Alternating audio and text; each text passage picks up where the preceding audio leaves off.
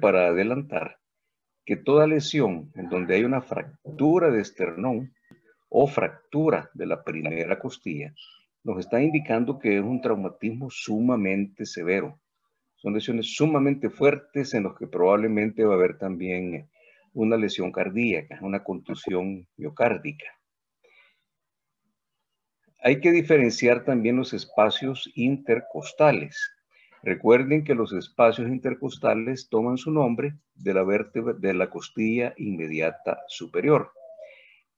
Esto que vemos acá es la primera costilla y esta es la segunda. Entonces esto es el primer espacio intercostal.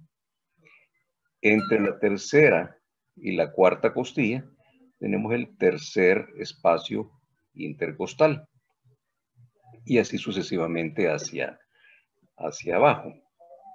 Y acá tenemos tórax posterior. Vamos a retroceder acá.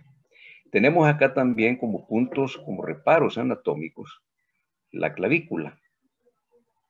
En el punto medio de la clavícula, o muy bien, trazando una línea del punto medio de la clavícula hacia abajo, y aquí llegaríamos hasta el punto medio del ligamento inguinal, tenemos la línea medio clavicular. Esta que va acá. Trazando una línea en el punto medio del esternón, tenemos la línea medio esternal. Y trazando unas líneas inmediatamente aquí paralelas al esternón, tenemos la línea paraesternal a ambos lados. Fíjense también en la curvatura de las costillas. Esto hace que el nivel de los espacios intercostales sea diferente en tórax anterior que en tórax posterior.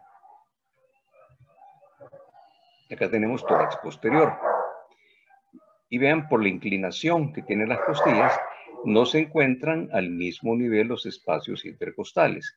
Ya vamos a ver más adelante la importancia de esto. Por atrás tenemos a nivel de la línea media de la columna vertebral otro parámetro anatómico muy importante también. Acá tenemos las escápulas y de aquí, esta es la espina de la escápula, trazando una línea perpendicular y paralela a la columna vertebral, tenemos la línea medio escapular.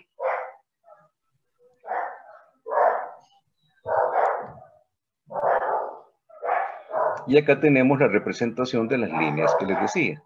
La línea medio esternal, línea medio clavicular. Tenemos también aquí otras líneas como esta que vemos acá, que es la línea axilar anterior, que son también puntos de referencia muy importantes.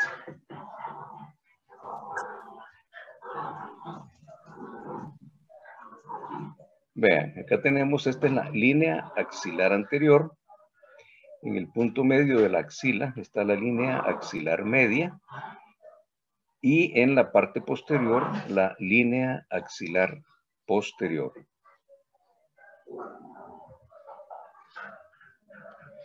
Y por atrás tenemos las líneas que ya les decía, línea escapular, paravertebral, medio escapular y línea media vertebral posterior.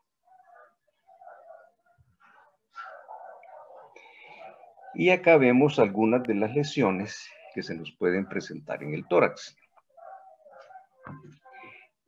Acá arriba vemos que hay una desarticulación entre la columna vertebral y la primera costilla.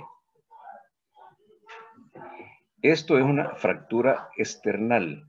Esto nos está reflejando que ha sido un trauma sumamente severo y lo más probable es que hay una contusión miocárdica también.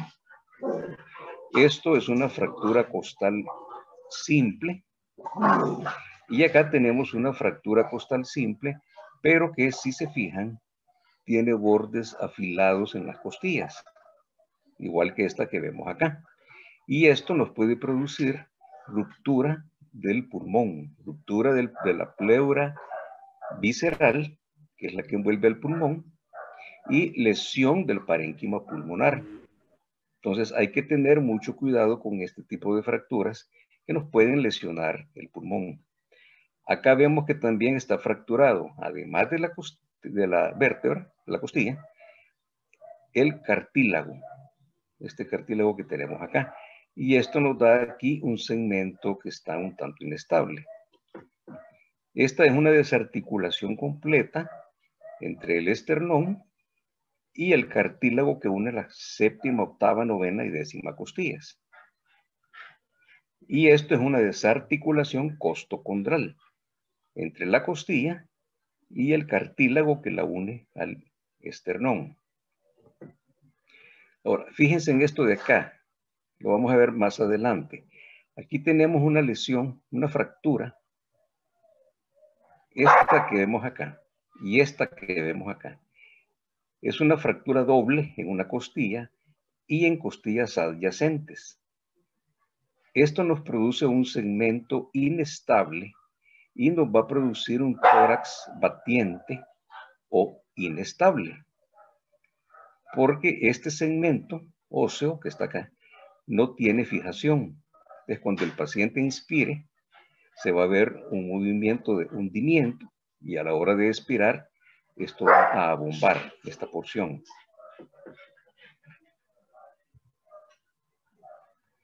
En cuanto a la etiología, una de las principales son los accidentes automovilísticos.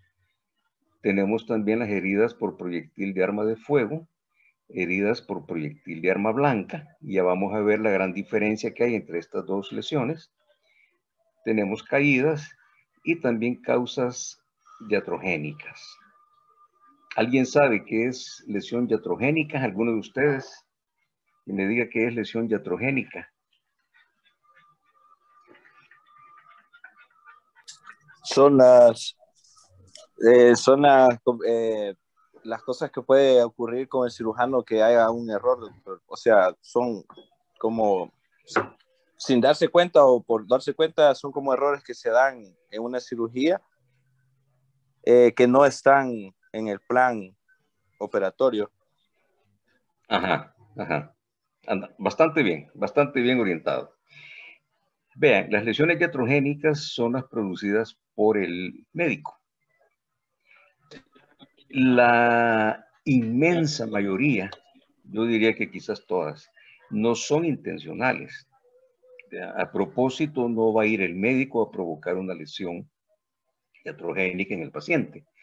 Pero sí puede suceder que se dé por negligencia, imprudencia o impericia.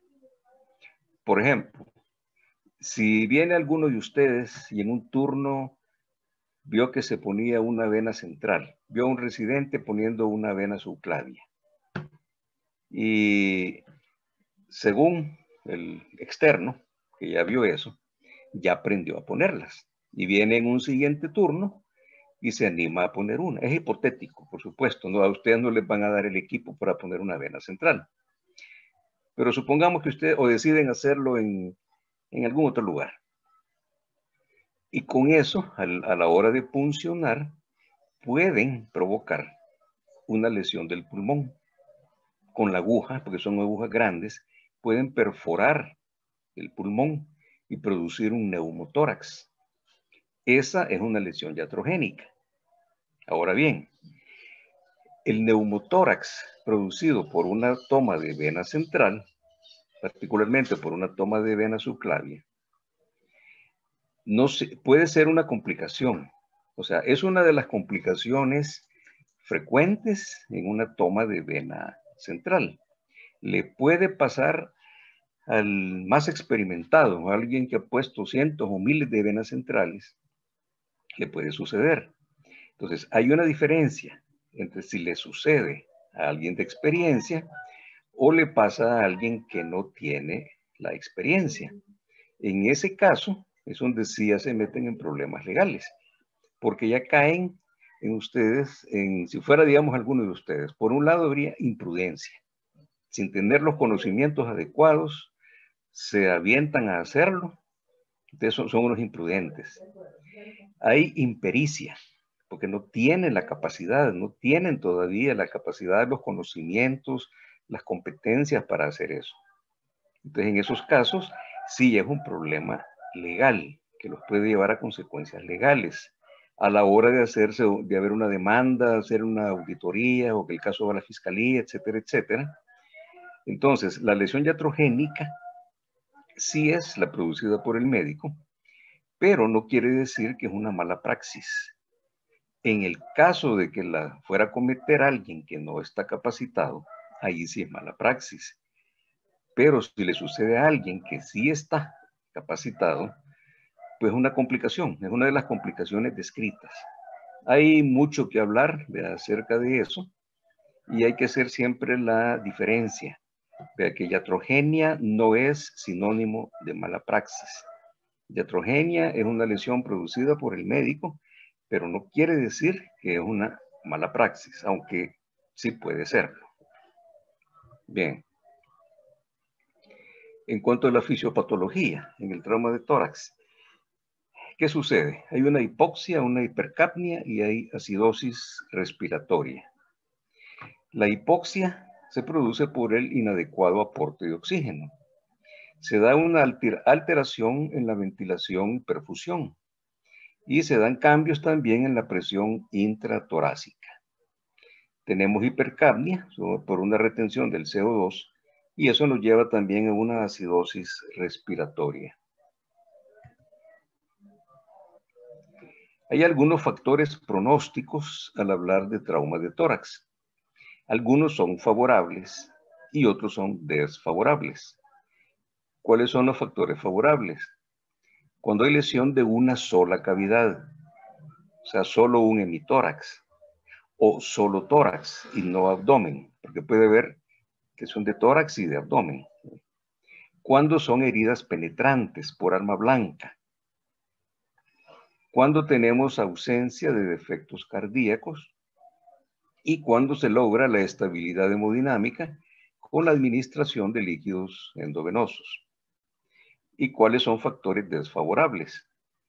Cuando es una herida por arma de fuego, cuando hay un desgarro de los vasos coronarios, cuando hay lesión de varias cavidades, pueden ser ambos hemitórax o puede ser tórax y abdomen, o cuando hay un retraso en el diagnóstico y tratamiento.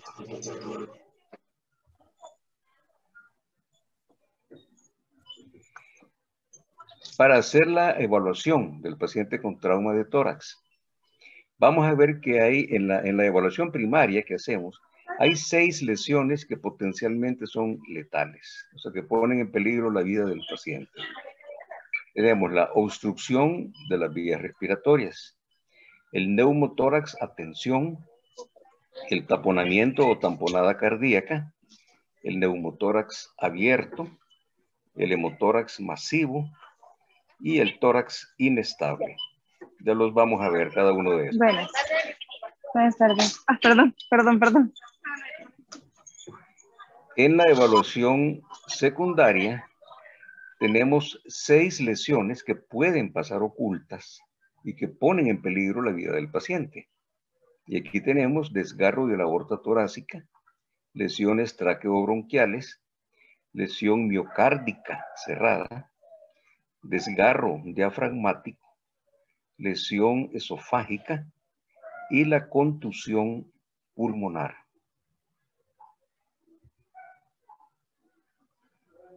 En cuanto a la vía aérea, y acuérdense cuando vimos lo de politraumatizado, lo que es el ABC, hay que ver las causas que pueden producir obstrucción de la vía aérea.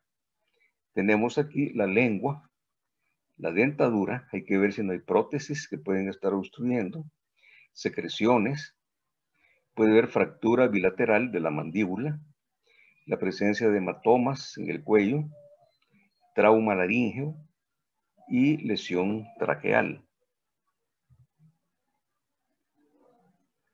¿Qué hallazgos físicos vamos a encontrar en un paciente con lesión de la vía aérea? Ansiedad, porque el paciente siente que se muere por la falta de aire, ¿no? Puede haber estridor, la presencia de roncus al auscultar los campos pulmonares, ¿no? trastornos del estado mental por la misma hipoxia, no por un trauma craneano, sino que por el estado de hipoxia cerebral. El empleo de músculos accesorios de la respiración. Hay que fijarse bien en los movimientos respiratorios, ver los espacios intercostales, de qué manera están, si no están aumentados, si hay retracciones también. Esto nos indica dificultad para la respiración. También la presencia de apnea y cianosis. ¿Cuál va a ser el tratamiento? Liberar la obstrucción, una intubación temprana, si es necesario, y no se les olvide nunca proteger la columna cervical.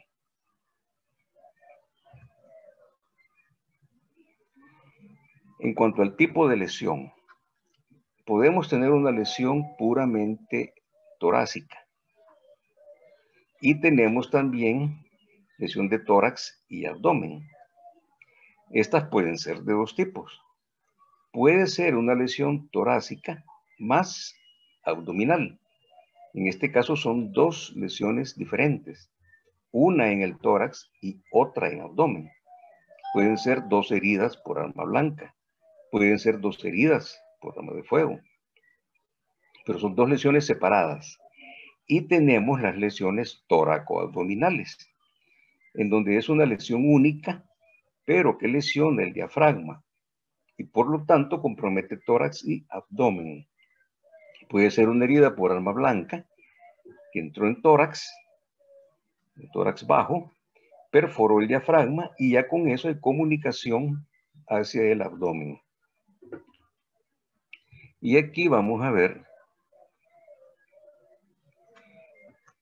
cómo es el diafragma. Recuerden que el diafragma tiene esta forma. Es como una cúpula y tiene forma de paracaídas. Es esto que vemos acá. Aquí lo vemos también. Entonces, en la inspiración, permítanme. En la inspiración, ¿qué sucede? Que el diafragma desciende. Y en la expiración, sobre todo profunda, el diafragma sube, asciende hasta el quinto espacio intercostal. Recuerden que anatómicamente los espacios intercostales no están al mismo nivel en tórax anterior y tórax posterior. Y ya vamos a ver la diferenciación entre las lesiones en tórax anterior y tórax posterior. Entonces no se les olvide que en la inspiración el diafragma desciende, pero en la expiración, a la hora de sacar el aire, el diafragma sube y puede llegar hasta el quinto espacio intercostal. En las lesiones por arma de fuego, hay que considerar la onda expansiva del proyectil. Y esta es la gran diferencia con las lesiones por arma blanca. Porque cuando entra el proyectil va girando y también genera calor. Entonces puede quemar. Un proyectil puede entrar aquí a este nivel, pero por el calor que genera puede quemar la cúpula diafragmática. Y eso lo convierte en una lesión tóraco-abdominal. Entonces, por esa razón, si el proyectil entra en el cuarto espacio, por la onda expansiva, puede lesionar el diafragma, si éste se encuentra en ese momento en el quinto espacio intercostal. Imagínense que va alguien en la calle y acaba de estornudar fuertemente o le metieron un pelotazo y le sacaron el aire, como se dice. Si en ese momento le producen la lesión o le entra el proyectil, el diafragma va a estar bien elevado. Entonces puede ser que el proyectil entre a nivel de cuarto espacio, pero como el diafragma está bien elevado, produce lesión diafragmática. Y eso ya es una lesión tóraco-abdominal. Entonces, tomando en cuenta el tipo de arma y si es tórax anterior o posterior, se consideran como lesiones tóraco-abdominales las siguientes. Y aquí vamos a hacer la diferencia entre si es por arma blanca o por arma de fuego. Y si es tórax anterior o tórax posterior. Si es por arma blanca y es una lesión en tórax anterior, es tóraco abdominal si esta se da a nivel del quinto espacio intercostal. Pero si es por arma de fuego, si esta es a nivel del cuarto espacio intercostal, por la razón que les dije del movimiento diafragmático. Ahora, si es en tórax posterior, si es por arma blanca, es tóraco abdominal, si está a nivel del sexto espacio intercostal. Y si es en tórax posterior, es tóraco abdominal, si está a nivel del quinto espacio intercostal. Ahorita les puede parecer aquí un poquito enredado, pero si ven los dibujitos y se ubican cómo están los espacios intercostales, cómo están las costillas, van a ver que es fácil realmente ubicarse con esto. Bien, el espacio pleural es el espacio virtual entre la pleura parietal y la pleura visceral.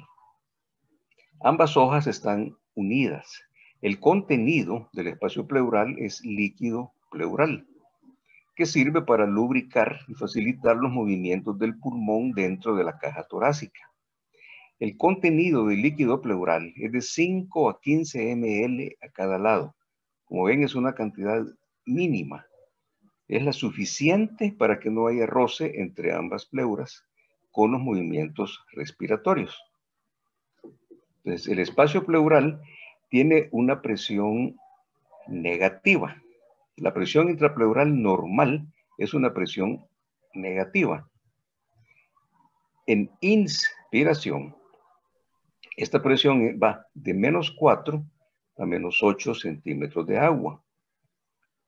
Y en la expiración, esta presión intrapleural va de -2 a -4 centímetros de agua. Entonces, piensen en una jeringa a la que ustedes le quitan la aguja, le tapan el orificio y aspiran el émbolo. ¿Qué va a suceder adentro de la jeringa? Esa presión ustedes la han vuelto negativa. Si la punta de esa jeringa la sumergen en agua, ¿qué sucede? Va a entrar agua dentro de la jeringa, porque hay succión debido a la presión negativa. Eso sucede en las lesiones penetrantes de tórax. Entonces, debido a esto, si hay lesión de una de las pleuras, se produce entrada de aire a la cavidad pleural, produciéndose un neumotórax. Vean, aquí tenemos las pleuras. Esta es la pleura parietal, que recubre la caja torácica por dentro. Y vean aquí en este otro dibujito, la línea más externa es la pleura parietal. Esta sufre que un repliegue y luego envuelve el pulmón. Y esa es la pleura visceral.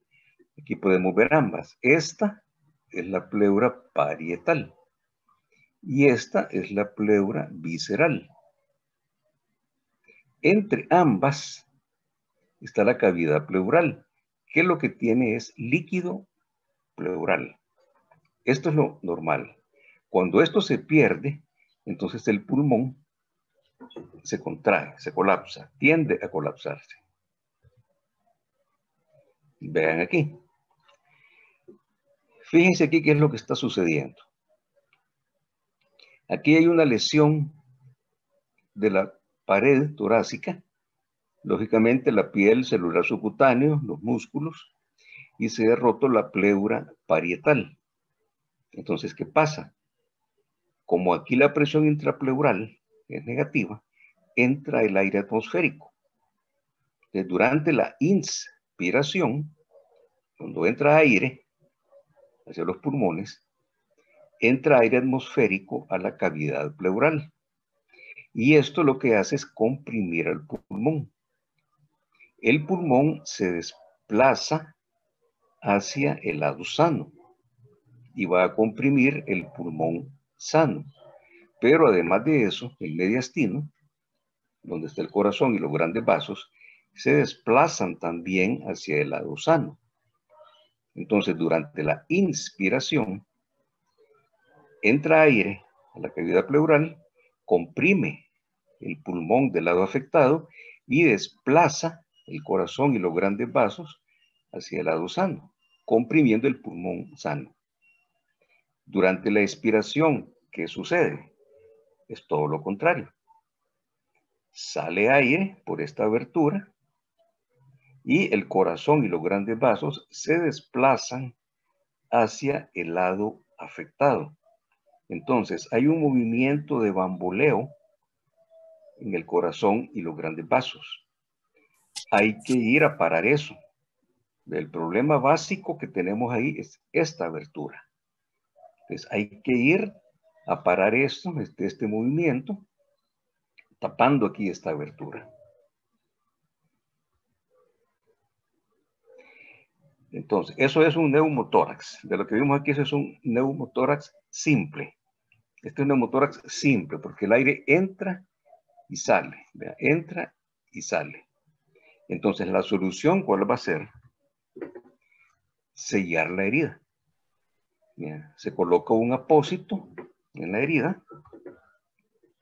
Le colocan encima un apósito hecho de gasas, de varias capas de gasa, y se fija con esparadrapo, acá, para sellar esto e impedir que continúe este movimiento.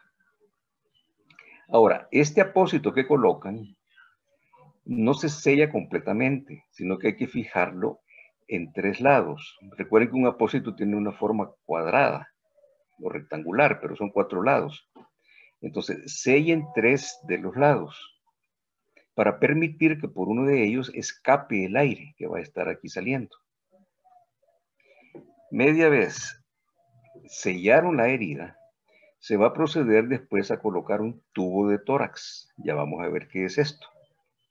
Entonces, el manejo del neumotórax abierto, neumotórax simple, es sellar la herida y luego colocar un tubo de tórax.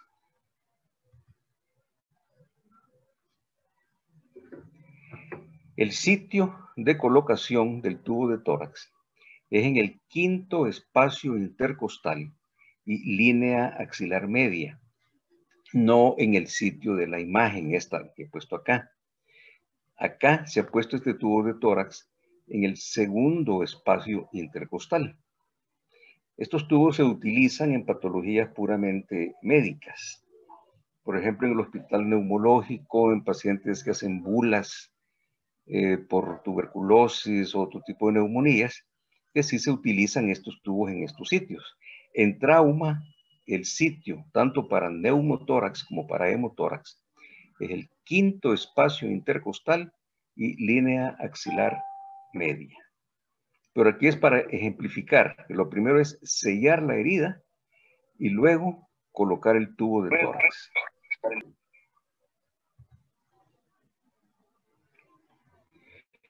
Luego vamos a ver el neumotórax a tensión. ¿Cuáles son las causas? Una lesión penetrante de tórax, puede ser por trauma cerrado, puede ser producido por ventilación mecánica, o pueden haber también neumotórax espontáneos, sobre todo, como les decía, en patologías de origen médico más que todo. ¿Qué sucede en el neumotórax a tensión o cómo la vamos a diagnosticar? Vemos que el paciente presenta una insuficiencia respiratoria grave, muestra hipotensión, hay ausencia unilateral de ruidos, o sea, no hay murmullo vesicular en el hemitórax afectado. Va a haber hiperresonancia, porque el pulmón, como lo van a ver, está colapsado y está bien hiperaireada la cavidad pleural, está llena de aire. Entonces, a la percusión va a haber hiperresonancia. Vamos a ver también distensión de las venas del cuello, desviación de la tráquea hacia el lado sano y, lógicamente, el paciente va a presentar cianosis.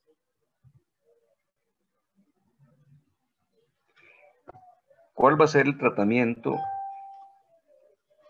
Eso vamos a ver esta primero. Esto que vemos acá es el neumotórax a tensión. Fíjense la diferencia entre este y el anterior, el neumotórax simple. Durante la inspiración, o sea, cuando entra el aire, ¿qué es lo que sucede? Aquí tenemos que hay una lesión en la pared torácica, pero ha quedado aquí un colgajo de tejidos blandos que va a hacer un efecto de válvula. Entonces, durante la inspiración va a entrar aire y en la expiración se cierra. No permite que el aire escape. Y en este caso, eso ya es suficiente para producir un neumotórax a tensión. Con eso ya basta. Pero en este caso de esta lámina hay una doble lesión, porque aquí tenemos también una ruptura de la pleura visceral, que puede haber sido ocasionada por una costilla. Una fractura costal con un borde filoso, cortante, puede lesionar la pleura visceral y romper el pulmón. Entonces, ¿qué sucede? En este caso en particular, que durante la inspiración, el aire inspirado llega a los pulmones y sale a través de esta lesión de la pleura visceral hacia la cavidad pleural. Y por otro lado, entra aire atmosférico hacia la cavidad pleural. Y durante la expiración, ¿qué sucede? A la hora de sacar el aire. Como esto está actuando como válvula, se cierra y no permite salida de aire. Y con esta lesión de la pleura visceral está sucediendo lo mismo. Esto se cierra. Entonces, cada vez que el paciente inspira, entra aire en la cavidad pleural y ya no puede escapar, a diferencia del caso anterior, el neumotórax simple. Entonces, aquí con cada movimiento inspiratorio, el corazón y los grandes vasos se van desplazando hacia el lado sano y van comprimiendo cada vez más el pulmón sano. Aquí no hay un movimiento de bamboleo, sino que cada vez se va comprimiendo más y más. Esto es mortal. Si no lo sabemos diagnosticar, si no lo sabemos reconocer, esto es una lesión que sí pone seriamente en peligro la vida del paciente. ¿Cuál va a ser aquí el manejo inmediato?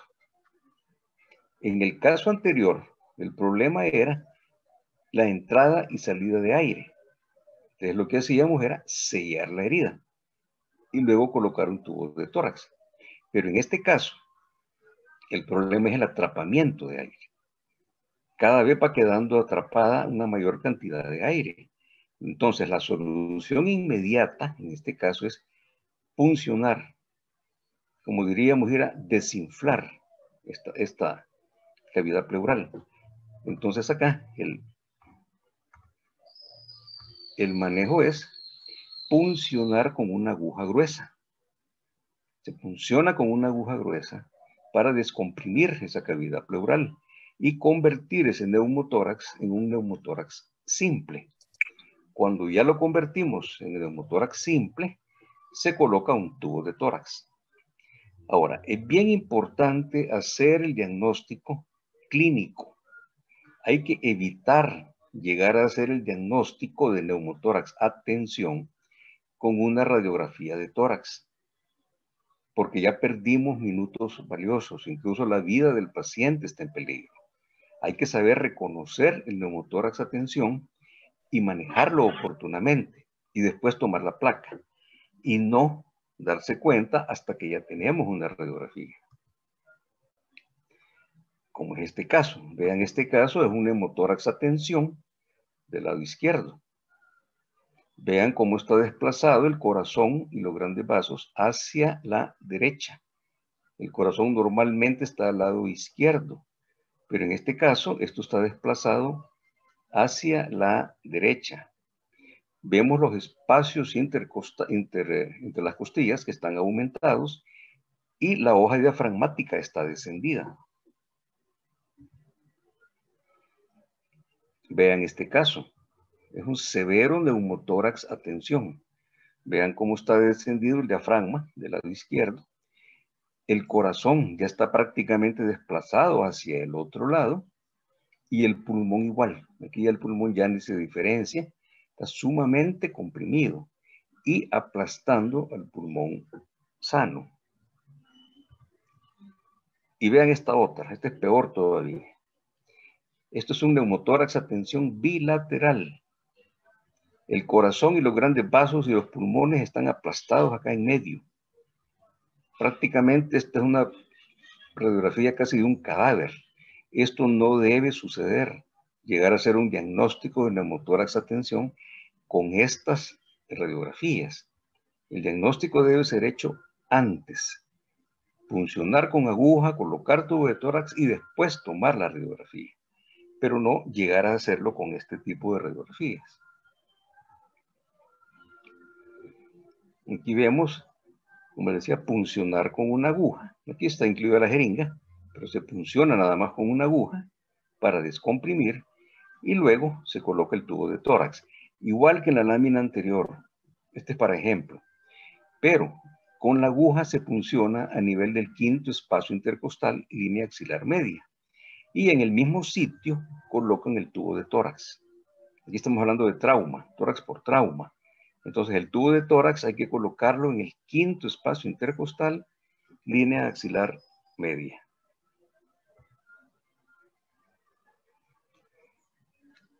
Bien. Como saben, a mí me gusta todo esto de la astronomía. ¿Alguien puede opinar de esta foto que dicen, eso es real o es un montaje? Alguien que se anime.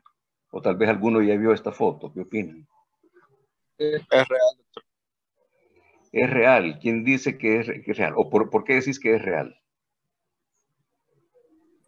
Fue parte de un proyecto que hizo Elon Musk para mandar un carro de Tesla hacia el espacio. Correcto, bien orientado, muchacho. Exactamente, eso es. Esta foto es real. Esta era el carro, un Tesla Roadster, propiedad de Elon Musk, que lo puso en órbita. Y el astronauta es un muñeco, por supuesto. Y el vehículo fue puesto en órbita y llevaba cámaras alrededor. Entonces esto es algo así como que fuera una especie de selfie. Vea que ya estando en órbita el vehículo se tomó la foto a sí mismo y se ve así de esta manera. Esta es otra foto, aquí está visto de frente. La Tierra, pues es lo que está aquí atrás, pero son fotos reales. Vean, este es el vehículo, un Tesla Roadster que era propiedad de, o es de propiedad de Elon Musk, y este fue el carro que él usaba acá y es el que puso en órbita. El vehículo fue lanzado el 6 de febrero del año 2018. Ese día fue que se lanzó el vehículo y entró ya en órbita el 1 de mayo del 2018. Se encuentra en órbita aquí en esto amarillo que vemos. Esto está entre Marte y la Tierra. Vean, aquí está la Tierra, aquí está Marte, y aquí en esta órbita es donde está el vehículo. Ya está entre la Tierra y Marte, y eso se va a quedar ahí en órbita por cientos o miles de años quizás. Bien, aterricemos otra vez. Vamos a ver ahora el hemotórax, que es la presencia de sangre en la cavidad pleural. Puede ser por varias causas. Puede ser ruptura de los vasos intercostales, que es esto que vemos acá. Puede ser lesión de la arteria mamaria interna o torácica interna, esta que tenemos acá. Puede ser lesión del propio parénquima pulmonar también, o lesión venosa, pero esto nos llena de sangre la cavidad pleural. Y puede haber combinación también de neumotórax con hemotórax. Entonces, en ese caso hay los dos, esos son neumotórax. Aquí vemos, este es el hemotórax. Aquí tenemos un hemotórax leve, moderado, y este es severo. Hematórax leve se llama si hay menos de 350 cc en la cavidad pleural. Moderado, de 350 a 1500. Y severo o masivo si son más de 1500 ml. Estas cifras pueden ver que varían, pueden variar de un texto al otro. Usualmente más de 1000 cc ya se considera que es masivo. 1500 ya generalmente ya es indicación de una toracotomía. ¿Ya? Fíjense que acá hay un borramiento del ángulo costofrénico, que es esto que está acá. Es la misma presencia de sangre, así que se borre el ángulo costofrénico. Y radiológicamente esto se observa y nos indica la presencia del hemotórax.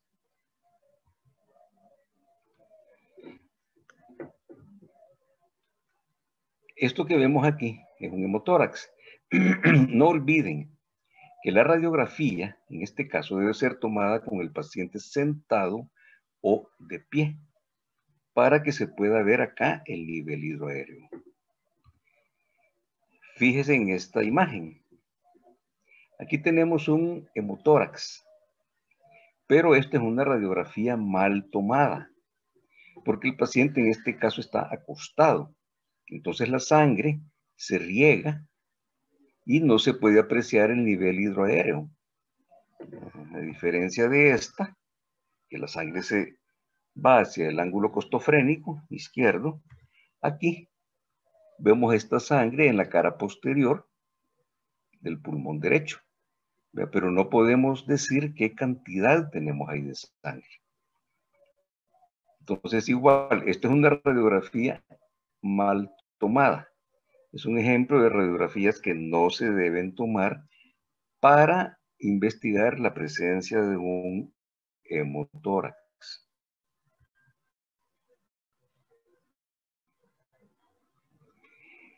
Un hemotórax masivo puede ser por ruptura de los vasos del hilio pulmonar o de vasos sistémicos. Puede ser lesión de las arterias intercostales o mamaria interna, como lo habíamos visto, por el mismo contenido de la cavidad, principalmente por el parénquima pulmonar. Y usualmente vamos a encontrar las venas del cuello distendidas. Algunas veces pueden estar aplanadas. Entonces hay que armar todo el cuadro, toda la historia, pero generalmente las venas del cuello están distendidas. ¿Cómo se hace el diagnóstico? Como todo en medicina, primero por la historia, el examen físico. También generalmente hay choque, un choque hipovolémico. Se escuchan ruidos unilaterales, nada más, al auscultar los pulmones, y va a encontrarse matidez del lado afectado. Esta es una radiografía de un hemotórax masivo del lado izquierdo.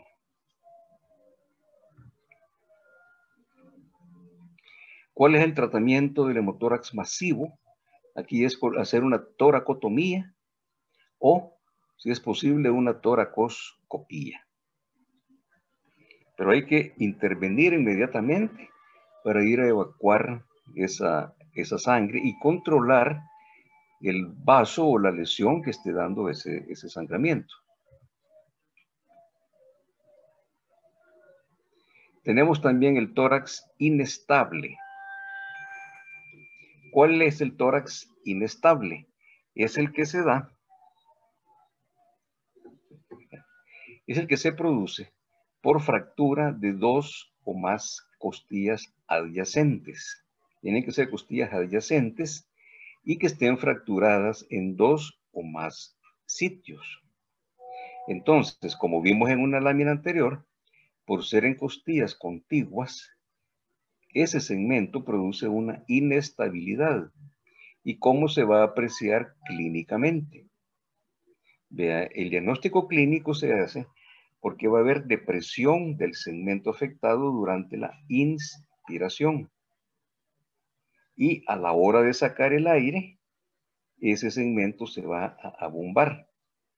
Entonces deben fijarse bien en los movimientos respiratorios del paciente. Entonces cuando inspire, van a ver que se hunde esa región. Y cuando el paciente saque el aire, esa zona abomba.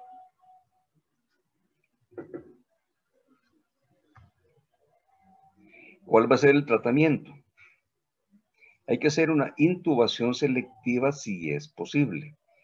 Hay unos tubos especiales que son para intubar un solo bronquio Y si se cuenta con ello, se puede hacer, intubar únicamente el lado afectado.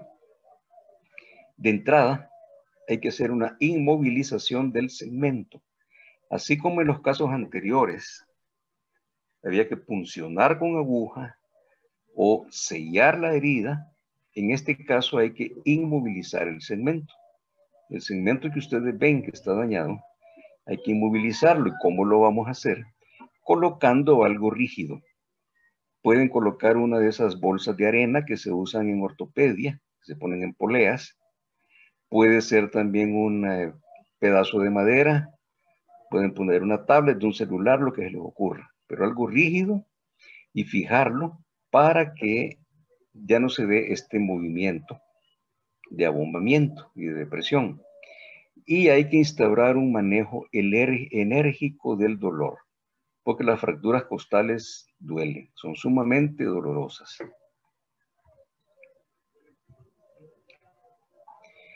Esta es otra forma de inmovilizar, utilizando unos clavos de Kirchner, que estos los ocupan en ortopedia, para inmovilizar el segmento que está dañado. Y bien, estos son los famosos tubos de tórax, o tubos de toracostomía. Si se fijan, tienen varios agujeros y ven que tienen una línea de color. Esa línea de color es radioopaca y esa línea sirve para que en la radiografía se identifique dónde está el tubo colocado y logremos identificar el último de los orificios. Hay tubos de varios tamaños. Hay unos que tienen únicamente un par de orificios, como este que vemos aquí abajo. Hay unos que tienen varios.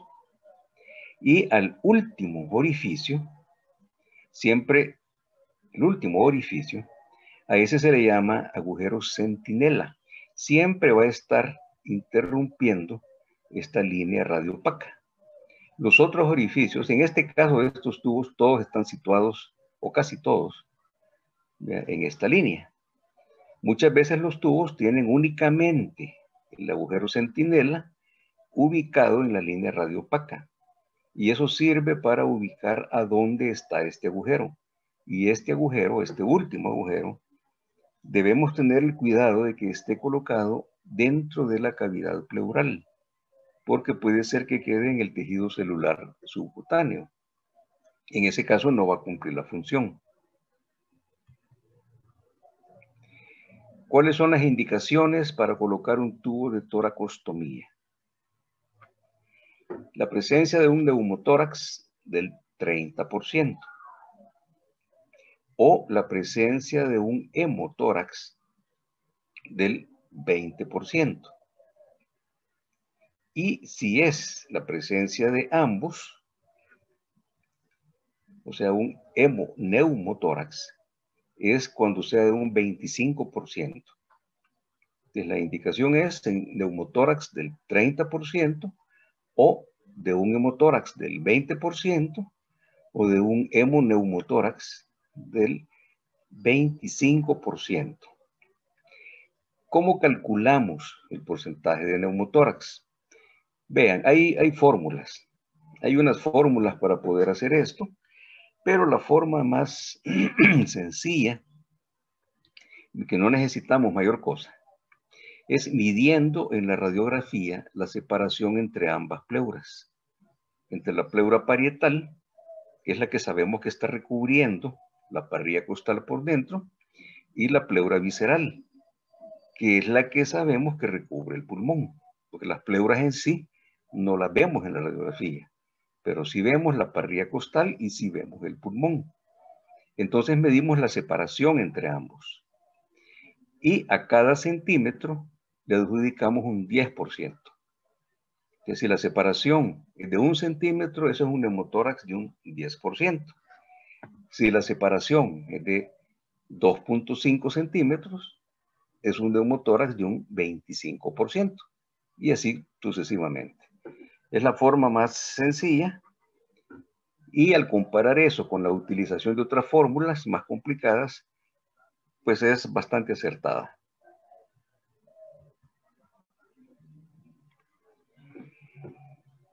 Bien, ¿qué es una toracotomía? Acuérdense en la primera clase que vimos de los términos. Toracotomía implica que se hace una incisión. Toracotomía es la apertura de la pared del tórax. ¿Y qué es toracostomía?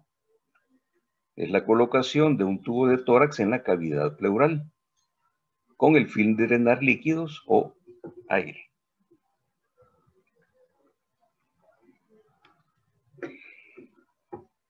¿Cuál es la técnica para colocar un tubo de tórax? Vean, no van a ir ustedes a colocar el tubo, ¿vean? Pero para que tengan la idea, se señala en la piel el sitio que se va a elegir, que repitiendo es el quinto espacio intercostal y línea axilar media. Se infiltra con anestesia local y luego se hace una incisión con bisturí. Posteriormente se hace una disección roma. Se introduce una pinza y se van separando los tejidos hasta llegar a romper la pleura parietal. Aquí ven que la punta de la pinza rompe la pleura parietal y con eso ya entramos a la cavidad pleural. Posteriormente, por este orificio, se introduce un dedo, como vemos acá. Introducimos un dedo y la punta del dedo nos queda en la cavidad pleural. Con esto tratamos de ampliar también con disección roma este orificio, porque aquí es donde vamos a introducir el tubo de tórax. Y luego introducimos acá el tubo de tórax, teniendo cuidado que el último agujero, que es este de aquí, quede por dentro de la cavidad pleural y no nos vaya a quedar acá, en los tejidos blandos. Y aquí ya tenemos el tubo colocado, que se fija con seda aquí a la piel. Y el agujero centinela, que es el último que tenemos acá. Si el orificio del agujero centinela nos quedara acá en tejidos blandos, nos va a producir un enfisema subcutáneo, porque el aire va a infiltrar los tejidos blandos, sobre todo el tejido celular subcutáneo. ¿Verdad? Ahora, un tubo de tórax bien colocado y bien manejado cumple su función y se debe retirar en 48 a 72 horas. Este es el periodo en que debe estar ya resuelto, ya sea el neumotórax o el hemotórax, en 48 a 72 horas. Si no ha cumplido su función, si todavía persiste el neumotórax o el hemotórax, es porque algo está fallando. Vean, aquí tenemos ya el tubo de tórax colocado. ¿Y qué se hace con el tubo de tórax? Se conecta a esto que se llama trampa de agua o sello de agua. Como se fijan, es un frasco que tiene dos aberturas. Por una de las aberturas, aquí se conecta el tubo de tórax.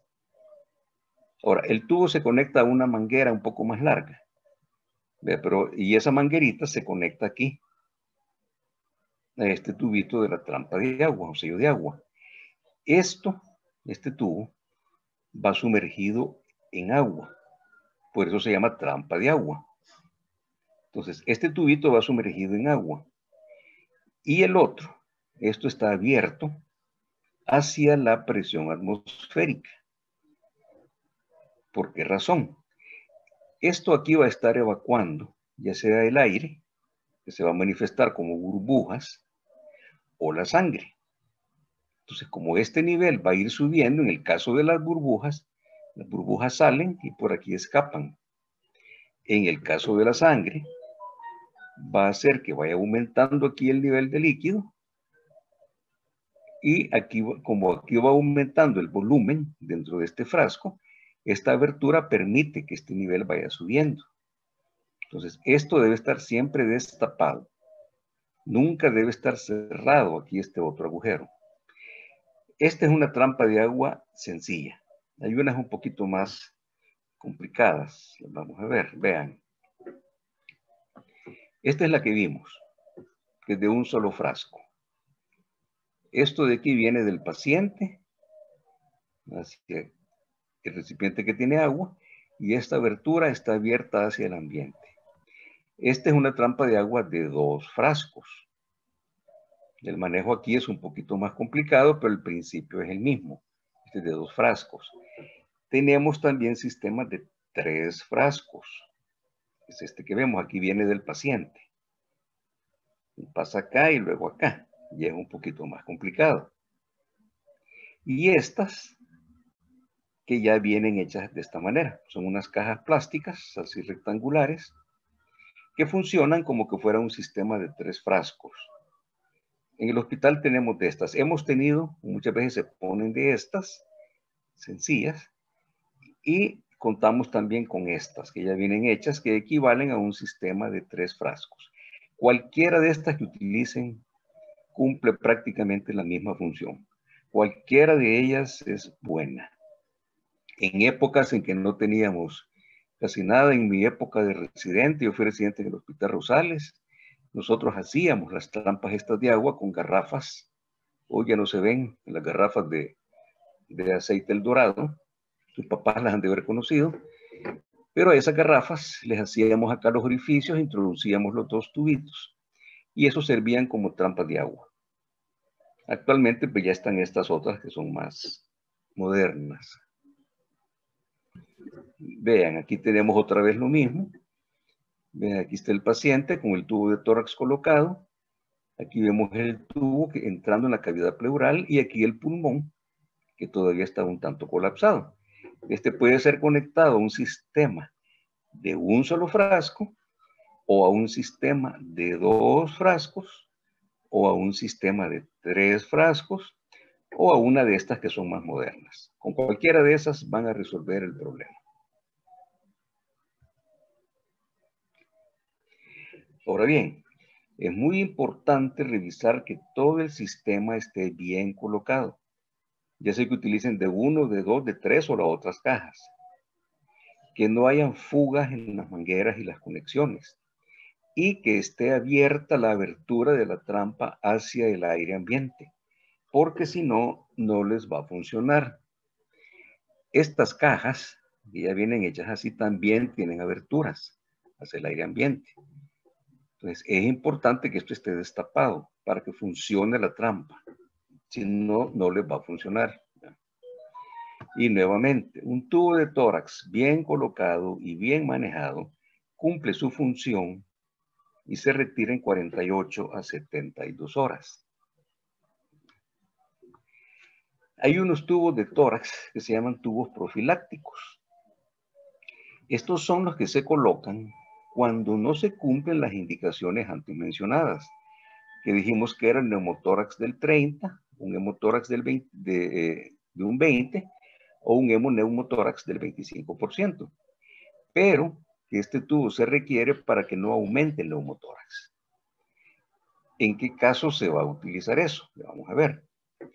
O se utiliza también cuando hay fracturas múltiples de costillas o fracturas desplazadas de costilla en un paciente que va a requerir algo de esto, que va a requerir transferirse de un lugar a otro distante, por ejemplo de un hospital a otro, porque con el movimiento puede ser que ese neumotórax, que tal vez era sencillo de un 10%, aumente. O en un paciente que necesita ventilación con presión positiva.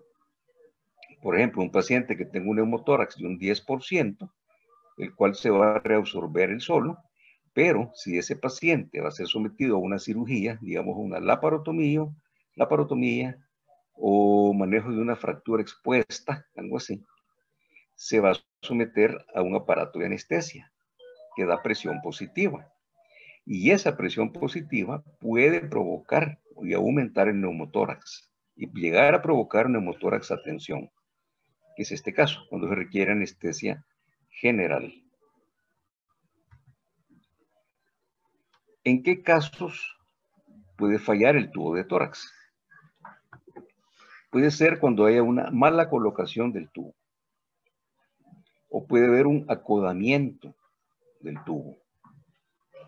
Podemos tener también obstrucción. Y puede ser mala colocación de la trampa de agua.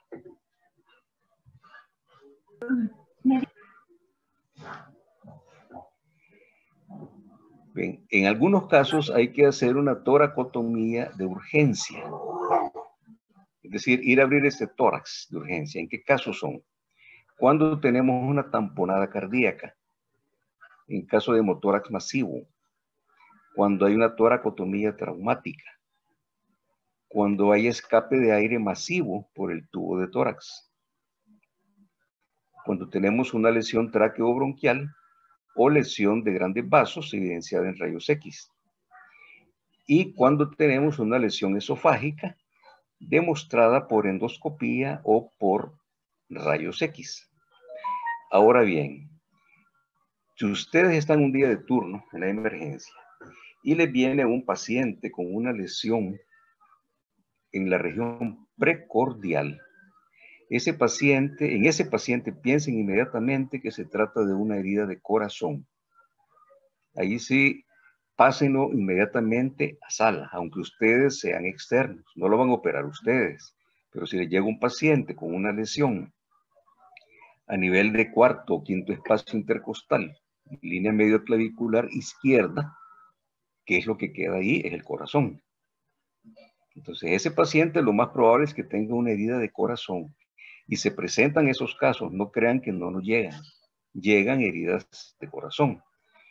A ese paciente se le pasa inmediatamente a sala de operaciones, hagan la bulla, griten si quieren herida de corazón, se lo llevan corriendo a sala.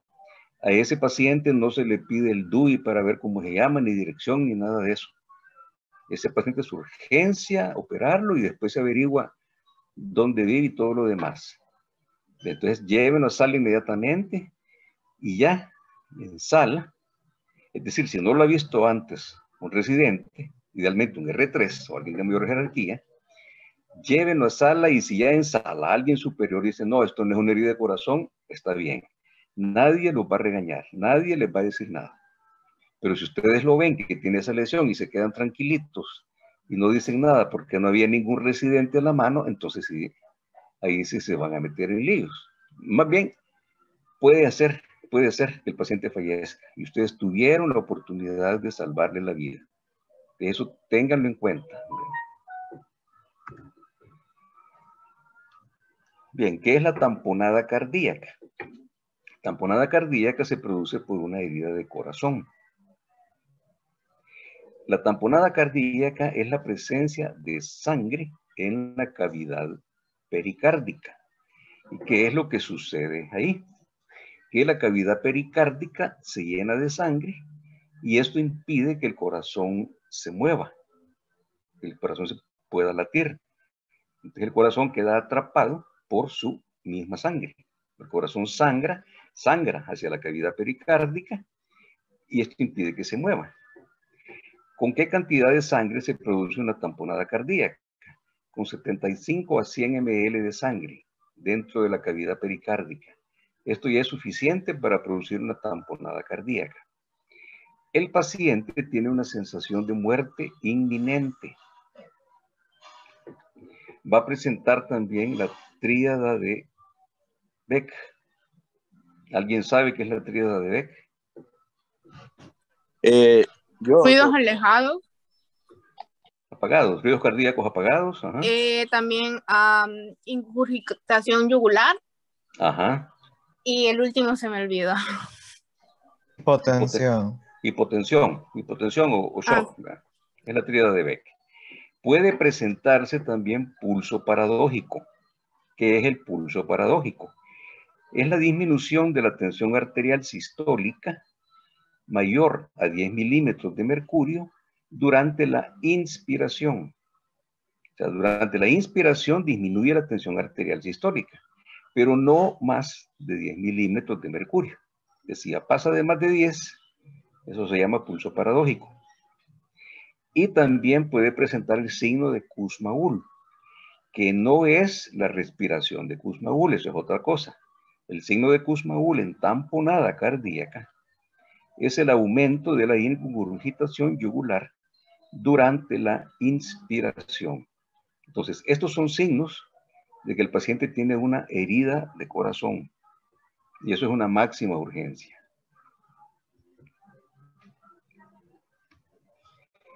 Cuando hay una tamponada cardíaca, hay que hacer una toracotomía abierta inmediata para suturar el corazón y parar ese sangrado. Es una cirugía, como les repito, de urgencia. Se presentan al hospital, no crean que no llegan, y es parte de lo que debe hacer el cirujano general. No llega un cirujano cardiovascular a hacerlo. En el hospital no tenemos un cirujano cardiovascular, sino que es parte de lo que hace el cirujano general. De ir a hacer la toracotomía, identificar la lesión en el corazón, ir a suturar esa herida en el corazón para parar ese sangrado. La toracocentesis, que es esto que vemos aquí. Aquí hay una tamponada cardíaca y aquí con una aguja se está aspirando la sangre. Esto se emplea en otro tipo de patologías. Se emplea en derrames pericárdicos de otras etiologías, no en trauma. Porque en trauma, ¿qué es lo que sucede? En trauma, esta tamponada, esta hemorragia que tenemos acá, se produce por una herida en el corazón. Entonces, si nosotros hacemos esto, una pericardiocentesis, y aspiramos la sangre, lo que vamos a hacer es que el corazón siga sangrando y aquí lo vamos a seguir aspirando. Aquí sigue sangrando y aquí seguimos aspirando. Lo vamos a vaciar. Entonces, esto se emplea cuando el corazón está intacto, cuando es por otra razón, usualmente alguna causa de origen médico. Aquí tenemos otra vez lo mismo. Esto es una pericardiocentesis que no se emplea en trauma. Vean, esto de acá es un paciente con una herida de corazón. Aquí está la tetilla. Esta es la región precordial. Y aquí vemos este punzón que está introducido acá. Vean, aquí está lo mismo. Este es un paciente que tiene una herida de corazón.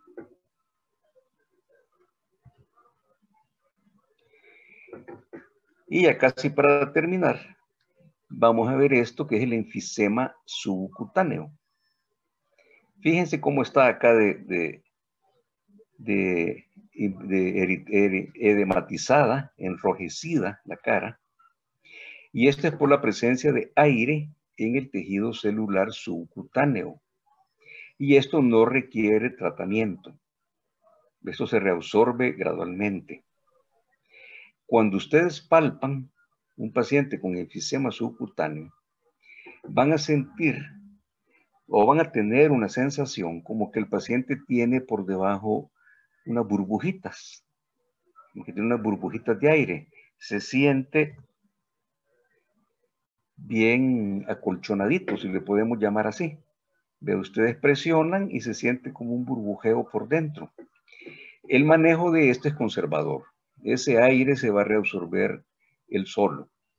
No vamos a ir a pincharlo o aplastar esas vejiguitas, como que son las bolsitas esas, o los empaques que traen burbujitas con aparatos electrónicos.